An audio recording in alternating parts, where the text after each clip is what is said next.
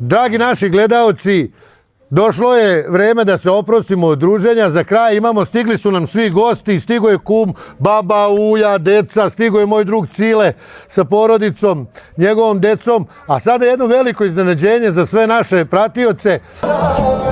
Na Besku baru u proleće kad ive cvetaju, da ćemo ja i ti po najlepšoj prirodi.